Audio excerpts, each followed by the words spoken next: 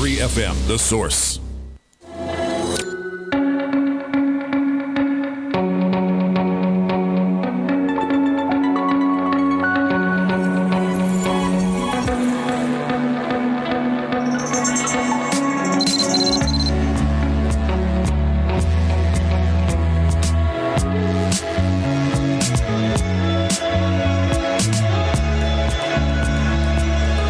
All right, 5 minutes after 10 o'clock. Thank you for tuning in. Our next guest is a very accomplished author, and she's got a new book, and it is called The Widow of Wall Street. Randy Susan Meyers is on the phone. In addition to being an accomplished author herself, she teaches writing at the Grub Street Writers Center, and we're going to find out about that, as well as the story behind The Widow of Wall Street. And let's say good morning. Randy Susan Meyers, it's an honor to have you on our show. Good morning. Larry, thank you so much for welcoming me to your show. It's great to be here. I read that you grew up in Brooklyn. Do you still live there? I do not. I live in Boston, but I hear tell that my accent stays with me. You're supposed to do that. I think that's the way the way of the world, right? So tell me about the story. The story is about a couple, basically, right? And she's kind of very much devoted to him, but he's chasing the dollar all the time. That's kind of what I got so far. Well, it's the story of told from the point of view of both the husband and the wife. She thinks she's in a marriage where he's the manager of a very well-respected stock brokerage and wealth management fund, and he, in fact, knows that what he's operating is a giant Ponzi scheme. So it's the before, during, and after of a tremendous crime from the point of view of both people in the marriage. Oh, my gosh. And it is a roman à clef, which is a novel based on truth. And so the inspiration was, as you probably guessed, the Madoff case. Ah, okay. It did sound familiar. Oh, so what did you do? Did you take some of the characters and put some color to them? Well, what I did is, I built a fictional family that had some degree of connection to the real story, but really it's fiction. But the crime I really researched the heck out of, and the spine of the crime as presented in the book is very much what happened. And so it was interesting. And it's very interesting how when something bad befalls one partner, the other partner is automatically thought that they're linked to it, and that shows in their relationship with their friends and their family. Yes, and that was something I noticed happening with Ruth Madoff, and in my research, which was pretty deep, I believed in her innocence, and so I kept thinking, what is that like? And she was treated horribly. Even her even when she called to get her hair cut, they wouldn't see her. Mm-hmm. And, I mean, that's a small thing. I mean, she was cursed. It was just a terrible story. So how does a woman find strength to go on after something like that? And that was the story I wanted to write. Yeah, I mean, that's kind of the way. I think that about a lot of women who are married to guys who fall into, I guess, what do they say, Robin? Fall out of grace or whatever. Yes. with the public. Mm-hmm. I think that happens to a lot of them. It just happened to Harvey Weinstein's wife. Oh, did it? Who... Yeah. Wow. I'm sorry, I didn't know that story. Yeah, because she was the fashion designer. And she was a fashion designer, yeah. And Georgina Marqueza, I think is the name. Mm-hmm. And people stopped buying her clothes, stopped wearing her. She was really considered to be a pariah, but slowly people started to come to her side. We wear our husband's disgrace or vice versa, and that is a horrible thing to go through. And you bring out the children in the book also as well. Yes, and the children both worked for their father, a daughter and a son, and there are two businesses, the stock brokerage, which is legitimate, and then a wealth management fund hidden on another floor that they were totally cut out of. And they were the ones who turned their father in. So when you're writing from his perspective, are you does he justify what he's doing? Does he kind of make it okay in some way in his own mind, or and do we as readers buy that? Well, I worked with criminals for 10 years in my past, so I'm aware that criminals always find a way to justify their behavior, and they always find a story that they tell themselves. Until they don't, at which point they can maybe change.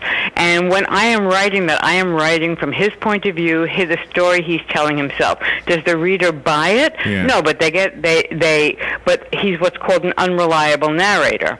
You're reading him. It's sort of like Gone Girl, where it's like, am I getting the truth here? Oh my gosh, I love that. An unreliable narrator. I love that expression.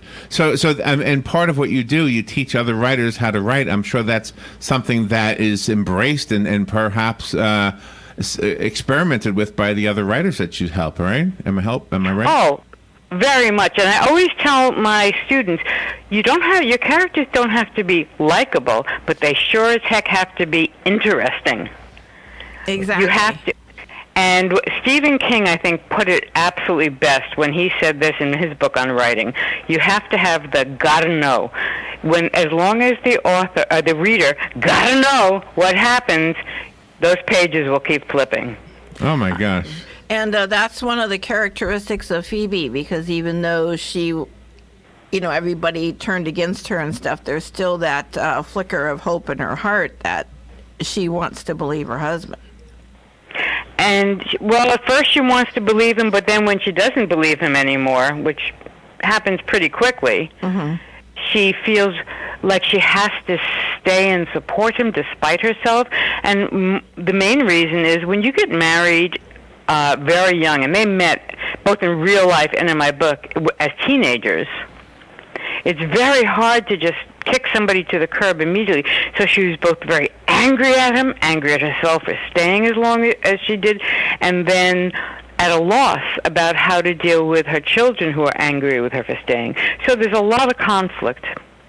One of the things I wondered about, and this is just taken from some of the things we hear about the wives, the widow, what do you call it, the Wall Street widow types, is they're not only made to be like an accomplice, but also dumb. Like they always they do this to Melania Trump all the time. They make it seem like she's an idiot. Yeah. And I don't know her. I'm just saying, from what the public does, it seems unfair. Well, I have a theory about that.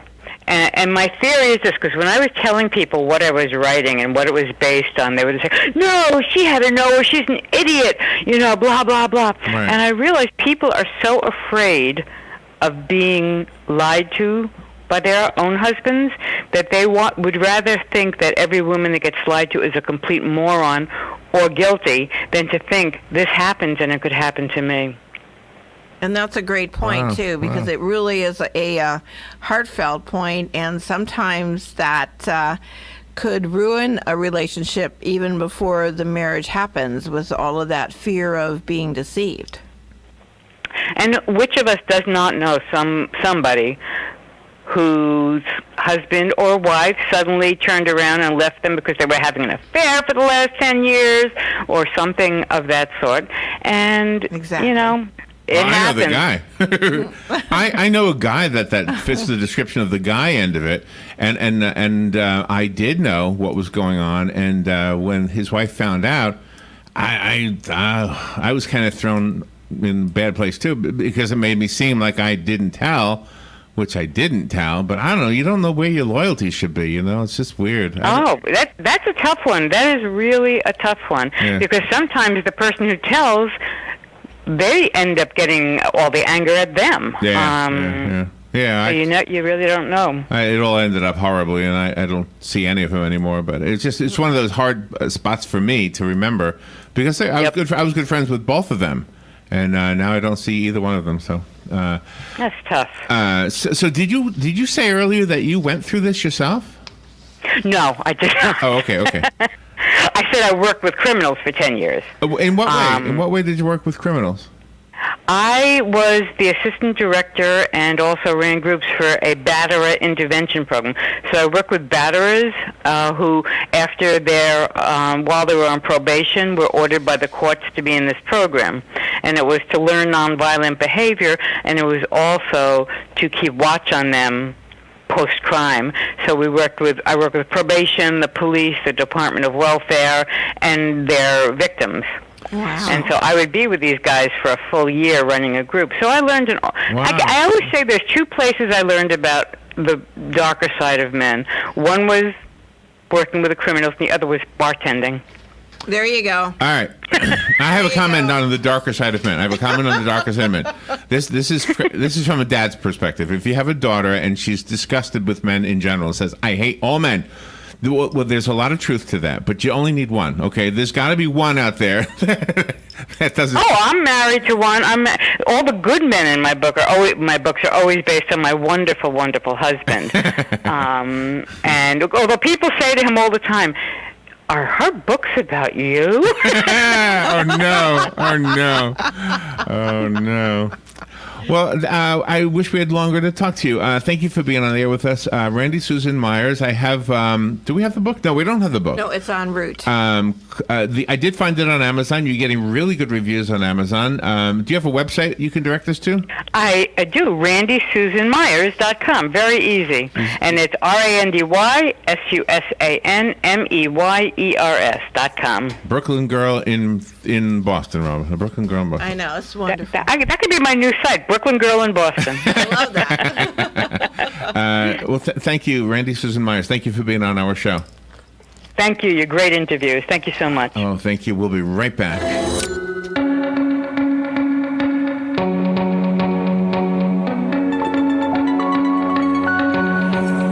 You're thinking about selling your home, but where do you start? Easy. Call Angie at 352.